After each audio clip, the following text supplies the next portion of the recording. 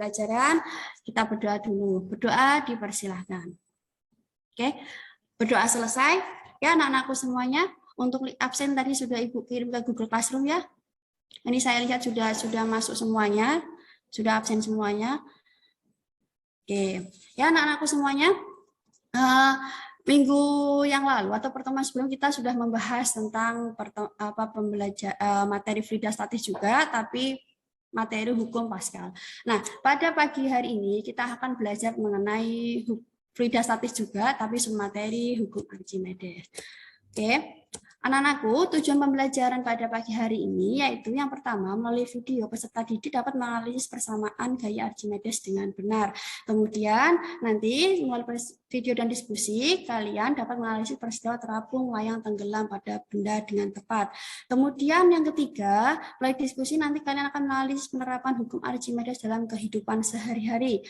Kemudian yang keempat, melalui praktik dan diskusi kelompok, kalian dapat merancang percobaan atau dalam memanfaatkan sifat fluida hukum Archimedes.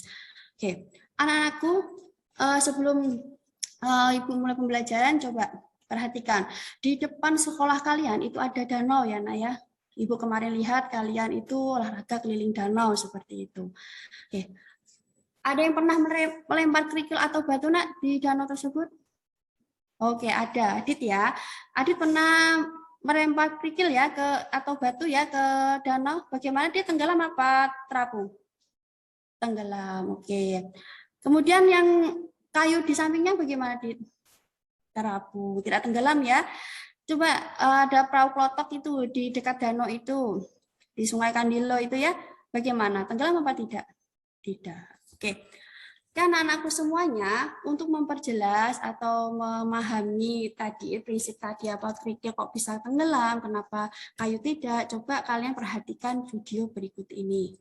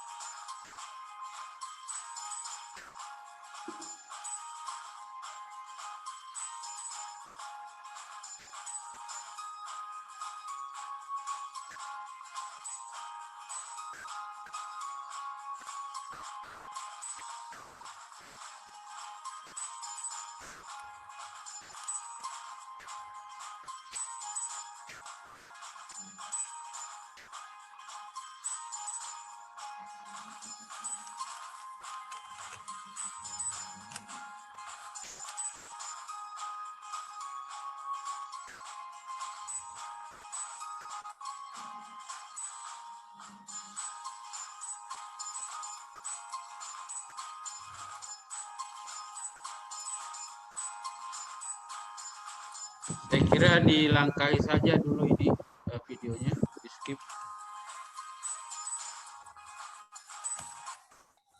Oke, anak-anakku semuanya sudah memperhatikan video tersebut. Ya, ada beberapa pertanyaan ya yang di dalam video tersebut. Oke, yang pertama apa? Betul sekali. Mengapa sebongkah besi kecil ketika kita lemparkan ke dalam air tenggelam, namun kapal yang begitu besar dengan massa beratus kilo bahkan berton-ton tidak tenggelam? Oke, bagus ya, kenal ya jawabannya pertanyaan tadi. Terus kemudian coba perhatikan gambar ini, Nak, semuanya. Ini gambar apa?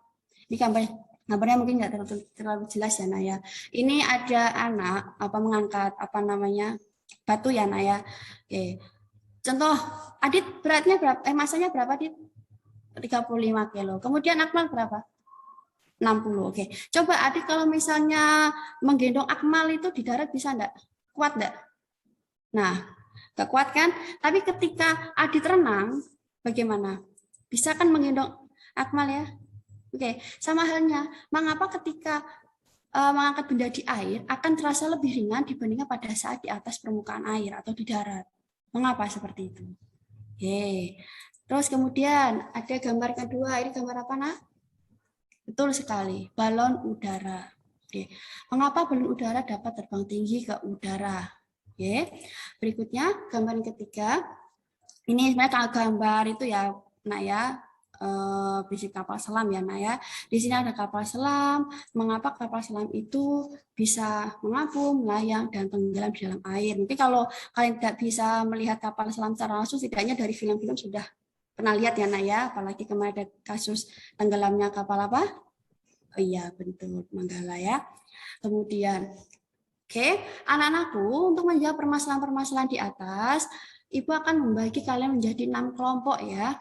Silakan percobaan masing-masing tentang hukum Archimedes di rumah masing-masing. Ibu nanti akan bentuk sistem breakout ya dari 6 kelompok, jadi 24 anak ini nanti Ibu bagi satu kelompok itu 4 orang anak. Jadi nanti kalian akan percobaan masing-masing di rumah secara pribadi, tapi melalui diskusi kelompok. Nanti Ibu akan mengecek diskusi kalian ketika secara virtual di kelompok masing-masing. Jadi ketika kalian di rumah, walaupun ini secara virtual, Ibu akan bisa melihat kerja kalian seperti apa. Oke, LKPD-nya sudah Ibu share di Google Classroom ya, Nak ya. Oke, silakan diskusi anak-anakku semuanya. Ibu berikan waktu sekitar 30 menit. Gitu ya, Nak ya. Oke, simulasi dari sekarang. Sudah bisa masuk ke grup main masing-masing. Oke, anak-anakku semuanya, waktu untuk diskusi sudah selesai ya, Nak ya, untuk praktikum sendiri di rumah.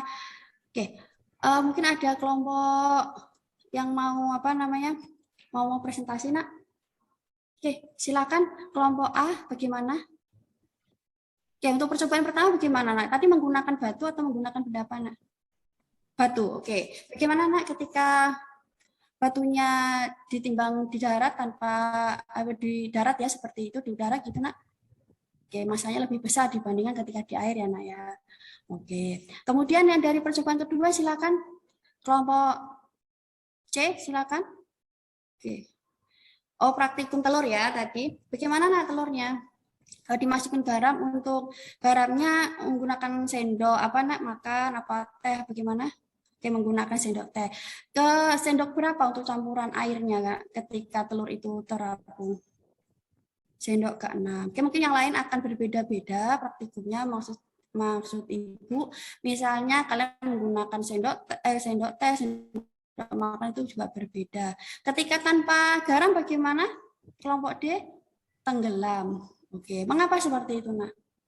Ada yang tahu ya, Pak ya? C1 berarti mengingat ya, Pak ya? Ya, terserah Ibu. Ya, mengingat. Soal bentuk C1 untuk konten hukum Archimedes. Archimedes, kalau C1 mungkin lebih ke misalnya apa namanya, bunyi hukum Archimedes adalah apa redaksi soalnya kira-kira? Oke. Archimedes. Salah satu kompetensi harus dimiliki oleh seorang guru adalah dapat mengembangkan instrumen sesuai dengan level kompetensi dasar. Iya, ya. Pak.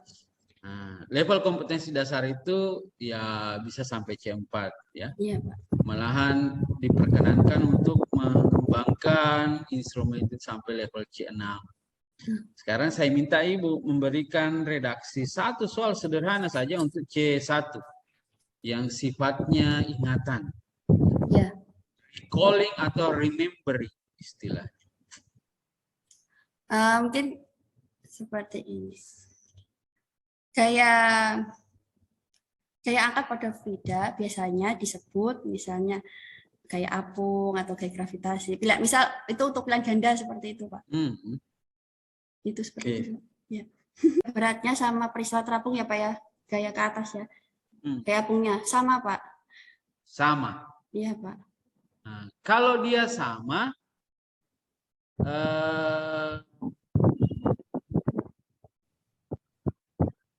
ya sama ya.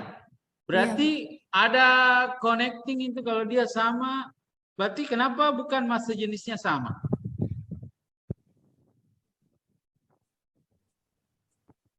Kalau massa jenisnya sama itu melayang, Pak.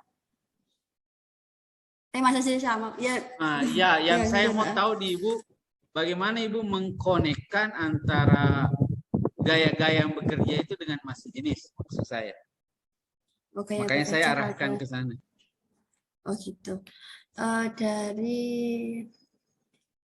Dari volumenya, Pak. Volume. Nggih. Apa persamaannya gaya berat, Bu? M kali G, Pak. M kali G. Iya. Nah, apa persamaannya gaya ke atas? Rho VG, Pak. Rho PG ya, Rho PG. Iya. Berarti sama tidak gaya beratnya dengan gaya ke atasnya tadi? Sama, Pak, kalau kasus terapung. Berarti dari sana nanti diuraikan M kali G itu sama dengan Rho GV. G-nya bisa Iya. dicoret kan? Iya, Pak. Nah, nanti ketemu Masalahnya. dengan M sama dengan Rho kali apa? V, Pak. Rho kali V yang Iya. seperluas kanan itu kan rho zat cair. Iya. V-nya itu volume yang tercelup. Celup. Toh? Iya, Pak. Yang sebelah kiri M apa? Kenapa, Pak? M-nya? Ya, M apa? M benda kan? Pak. Iya, Pak. M benda. Nah, massa benda itu bisa diurai menjadi rho kali V juga. Rho Iya. benda kali volume benda. Tapi volume benda yang dimaksud adalah volume benda Keseluruhan. Iya, keseluruhan. Keseluruhan. Nanti diurai lagi itu akan ketemu argumentasi. Ini toh yang buat